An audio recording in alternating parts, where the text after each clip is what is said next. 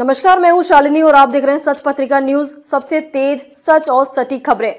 आइए नजर डालते हैं आज की तमाम बड़ी खबरों पर।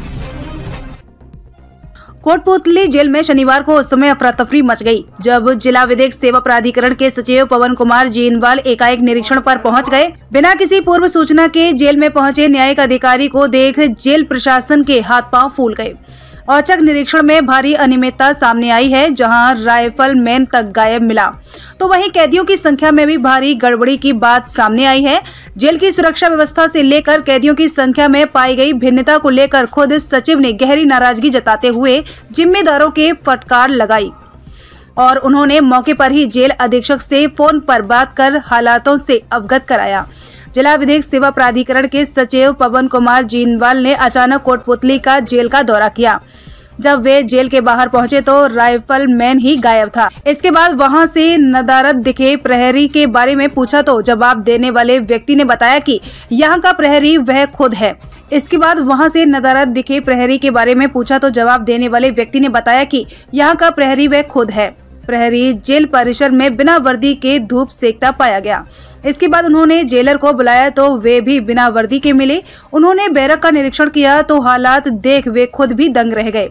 बैरक के अंदर भारी गंदगी मिली, ऐसा लगा जैसे यहाँ झाड़ू तक नहीं लगाई जाती है। सचिव ने सबसे पहले कैदी रजिस्टर की जांच करते हुए कैदियों की उपस्थिति से लेकर अन्य प्रकार के रिकॉर्ड की जांच की। इस दौरान 17 और 18 जनवरी को रजिस्टर में कैदियों की संख्या दर्ज नहीं पाई गई। इसके बाद उन्होंने रजिस्टर में ऐंद्राज कैदियों की संख्या जानकर अंदर कैदियों की गिनती कराई तो भौतिक सत्यापन में उनकी संख्या में काफी भिन्नता पाई गई। सचिव ने कहा कि यह बड़ा गंभीर मामला है और जेल की सुरक्षा से लेकर कैदियों में पाई गई भिन्नता संबंधी पूरी रिपोर्ट ऊपर तक भेजी जाएगी। उन्होंने मौके पर ही जेल अधीक्षक से बात कर हालातों से अवगत कराया। जेल में अधिकांश कैदी बैरक के बाहर घूमते पाए गए, जबकि उन्हें बैरक में रहना चाहिए था। उन्होंने कैदियों का सत्यापन करने के बाद उनसे बातचीत कर उनकी समस्याएं सुनी तो कैदियों ने शिकायतों की झड़ी लगा दी। कैदियों ने कहा कि जेल प्रशासन द्वारा उनसे समान व्यवहार नहीं किया जाता। कैदियों ने भेदभाव से लेकर अन्य कई मामलों में जेल प्रशासन की शिकायत की। सचिव पवन जीनवाल ने बताया कि निरीक्षण में भारी गड़बड़ी पाई गई है। कैदियों में मिली भिन्नता, जेल की सुरक्षा में बेपरवाही और कैदियों द्वारा की गई शिकायतें बड़ा गंभीर मामला है। जेल में अनुशासन पूरी तरह चौपट नजर आया। इसकी पूरी रिपोर्ट तैयार कर न केवल जेल प्रशासन बल्कि नालसा और रालसा में भी भेजी जाएगी। कहते हैं कि जरा सी हिम्मत दिखाएं तो कोई भी काम आसान हो जाता है। शनिवार को शहर के मुख्य बाजार में एक महिला ने कुछ ऐसा ही कर दिखाया है। उसने बहादुरी का परिचय देते हुए बैग से रुपए निकालकर भाग रही एक महिला चोर को दबोच लिया और दुकानदारों की मदद से सख्ती दिखाई दी तो उसके चोरी हुए रुपए वापस मिल गए। जानकारी के मुताबिक पनियाला गाँव की एक महिला शहर के पुरानी सब्जी मंडी में खरीदारी करने आई थी। उसके पास मौजूद बैग में नकदी रखी हुई थी। वह एक कपड़े की दुकान पर पहुंची तो उसके पीछे पीछे दो अन्य महिलाएं भी दुकान में घुस गईं और पहले से ही पीछा कर रही इन महिलाओं ने मौका मिलते ही बैग में हाथ डालकर करीब 3,500 रुपए निकालकर चंपत हो गईं। कुछ मिनट में ही उसे चोरी का एहसास हुआ तो महिला ने बहादुरी दिखाते हुए एक महिला चोर को भागते वक्त दबोच लिया। इस दौरान आरोपी महिला ने खूब हंगामा किया और अपनी तलाशी देने के लिए तैयार हो गई, लेकिन पीड़िता की बहादुरी के आगे उसकी एक न चली। उसने दुकानदारों के सहयोग से सख्ती दिखाते हुए सीसी कैमरे की फुटेज निकलवाने की बात कही तो महिला चोर ने वारदात करना कबूल कर लिया। इसके बाद आरोपिता ने अपनी महिला साथी को फोन करके मौके पर बुलवाया और उसके चुराए हुए करीब 3200 रुपए वापस लौटा दिए। इसी बीच किसी ने पुलिस को सूचित कर दिया, लेकिन पुलिस के पहुंचने से पहले ही आरोपी महिलाएं वहां से भाग चुकी थी। पूरी घटनाक्रम के दौरान मौके पर सैकड़ों लोगों की भीड़ एकत्रित हो गई थी। ज्ञात रहे कि शहर के बाजारों में आए दिन कई महिला चोर इस तरह की वारदातों को अंजाम देती रहती हैं। व्यापारियों ने शहर में दिन के समय गश्त व्यवस्था चुस्त करने और चोरी की घटनाओं में रोकथाम की मांग की है। दिल्ली जयपुर हाईवे स्थित बहर रोड के पार्क अस्पताल के मुख्य द्वार के पास एक व्यक्ति का शव मिलने से क्षेत्र में सनसनी फैल गई है। सीसीटीवी फुटेज से पता चला है कि रात करीब 9 बजे 3 व्हीलर टेम्पो में 2 महिलाएं और 2 पुरुष मृतक को लेकर आए थे। यह घटना यादव मेडिकेयर दुकान के सामने की है। जहां आरोपियों ने पहले कंबल बिछाया और उस पर शव को लिटाकर रजाई से ढक दिया। कुछ समय तक वे वहां फोन कॉल करते रहे और फिर शव को वहीं छोड़कर चले गए।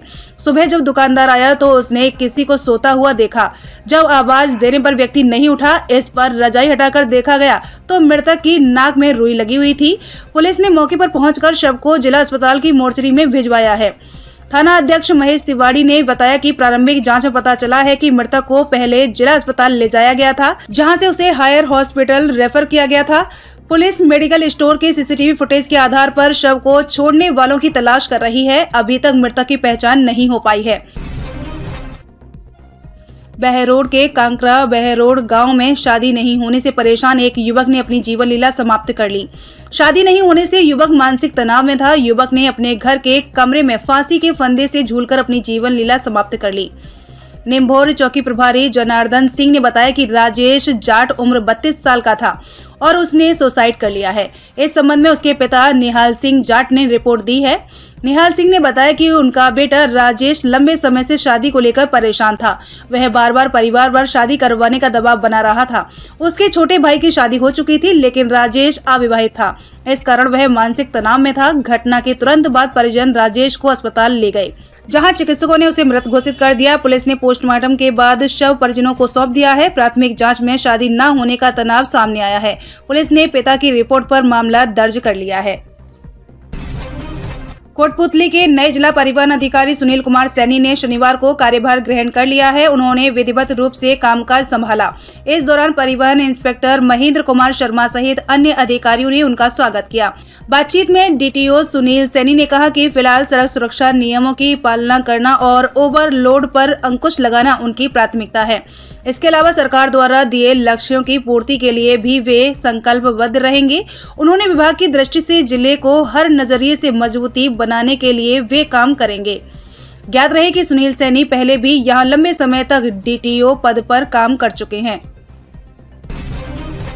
सरुंड पुलिस थाने के नए एसएचओ बाबूलाल मीणा ने शनिवार को कार्यभार संभाल लिया है। उन्हें हाल ही में कोटपुतली बहरोड एसपी राजन दुष्यंत ने मांडन थाने से सरुंड लगाया था। अभी तक मोहम्मद इमरान सरुंड के थानाधिकारी थे। बातचीत में बाबूलाल ने कहा कि क्षेत्र में अपराधियों पर कड़ी कार्यवाही के साथ साथ अवैध मादक पदार्थ, अवैध खनन व ओवरलोड परिवहन, महिलाओं बच्चों पर होने वाले अपराध तथा बाल श्रम के खिलाफ योजना बनाकर जीरो टॉलरेंस की नीति के साथ कार्य करेंगे।